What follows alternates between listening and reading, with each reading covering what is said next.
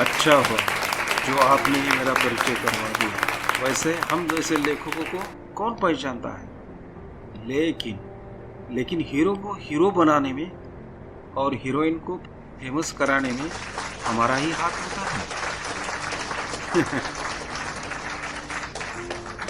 ये हुई ना बात। आप इतनी बड़ी संख्या से पधारे, इसलिए आप सभी का बहुत बहुत स्वागत है। चलो काम की बात करते हैं। आज का ये का सेशन होगा कथा और कथा बीज। कथा का मतलब स्टोरी और कथा बीज का मतलब सिनॉप्सिस या वन लाइन स्टोरी कहे तो अभी का ये सेशन होगा दोपहर खाने के बाद। दूसरा सेशन जो होगा वो होगा पटकथा और संवाद। पटकथा मतलब स्क्रीन प्ले और संवाद मतलब डायलॉग। ये दूसरा सेशन होगा। ये दोनों सेशन में आपको मुझे झेलना पड़ेगा। कल होंगे दीपक जी। दीपक जी को तो आप जानते हैं, वो तो जाने माने लेखक है। 12 फिल्में कर चुके हैं, जिनमें से 4 तो सुपरहिट है। बाकी फिल्में भी कुछ ना कुछ विशेषता रखते हैं। नए तकनीक के साथ कैसा लिखान करे ये कोई दीपक से सीखे तो उनसे मिलकर बहुत खूबियां मिलेगी, बहुत जानकारी मिलेगी। मगर वो कल से और परसों सुबह संडे को फिर दीपक जी होंगे और दोपहर के आखिरी वाले बायबा वाले सेशन में फिर आपको मुझे झेलना पड़ेगा। दोस्तों, सारे के सारे सेशन बिल्कुल ध्यान से सुनना। थोड़ी सी भी उसमें आशंका हो तो सेशन के आखिरी में जरूर पूछ लेना। कथा तो आराम से इत्मीनान से लिखने का काम है, तो मैं भी आराम से बैठकर बातें करता हूं। क्या होती है कथा, क्या होती है कहानी, व्हाट इज स्टोरी, और आसान करते हैं कैसे बनेगी कहानी, हाउ इज स्टोरी मेड, इससे भी आसान करते हैं। हमें परिभाषा नहीं चाहिए, कैसे बनेगी कहानी, कहानी के लिए क्या क्या जरूरी है।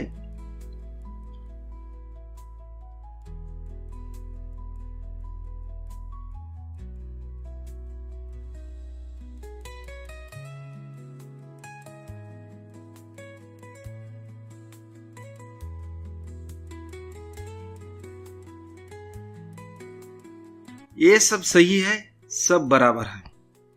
कहानी एक तो पूर्णतः काल्पनिक होती है या किसी ने बताई या सुनाई घटना पर होती है और अनुभव पर भी होती है।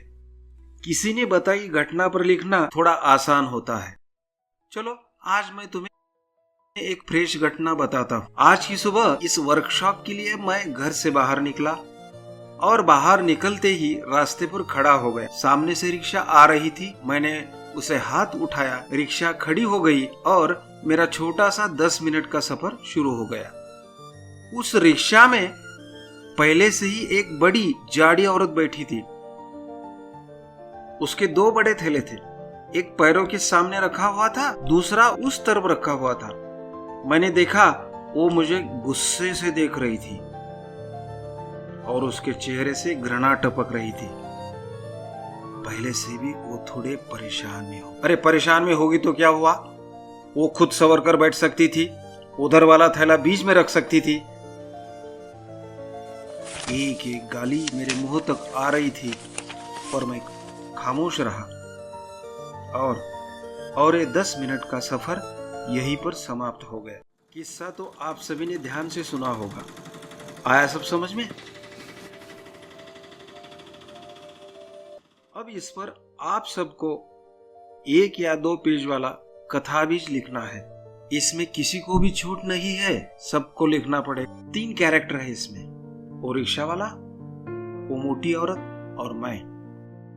ये तीनों पुरुष होंगे या स्त्री, वो सब आप पर निर्भर है। आप इसमें मुक्त है, बस इसमें लिखना जरूरी है और इस पर आपस में चर्चा ना करें। इससे आपकी आइडिया लीक होती रहेगी। खुद सोचे, मंथन करे और लिख डाले। इसके लिए अभी से मेरी शुभकामनाएं। और इस बात पर करते हैं टी ब्रेक और मिलते हैं टी ब्रेक के बाद।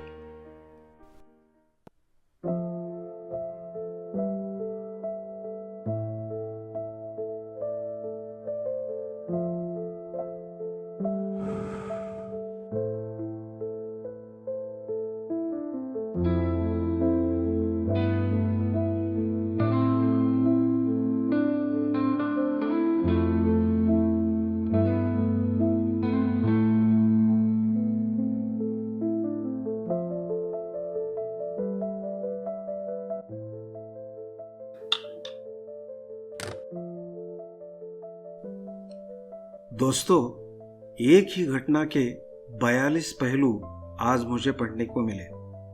आप सबने प्रयास किया, इसलिए सभी का बहुत बहुत अभिनंदन। सभी के प्रयास अच्छे रहे, पर 2-3 लोग ऐसे हैं जिन्हें अभी बहुत रटना पड़ेगा, बहुत घिसना पड़ेगा, लेकिन बाकी सभी ने कमाल का लिखा है। एक ही घटना के कितने पहलू आज मुझे पढ़ने को मिले, इसलिए आप सभी का फिर से अभिनंदन। किसी ने मुझे सुंदर पतली सी औरत बनाया, इसलिए वो मोटी औरत मुझसे घृणा कर रही थी।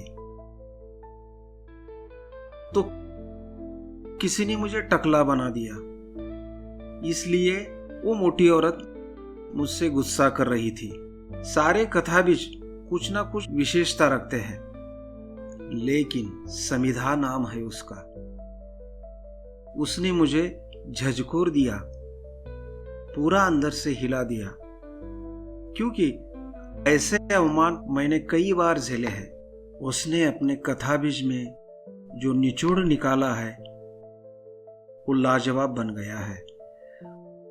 वो निचोड़ उन्हीं के शब्दों में मैं आपको सुनाता हूं। हमें मूर्ख लोगों से पाला तो हमेशा पड़ता है।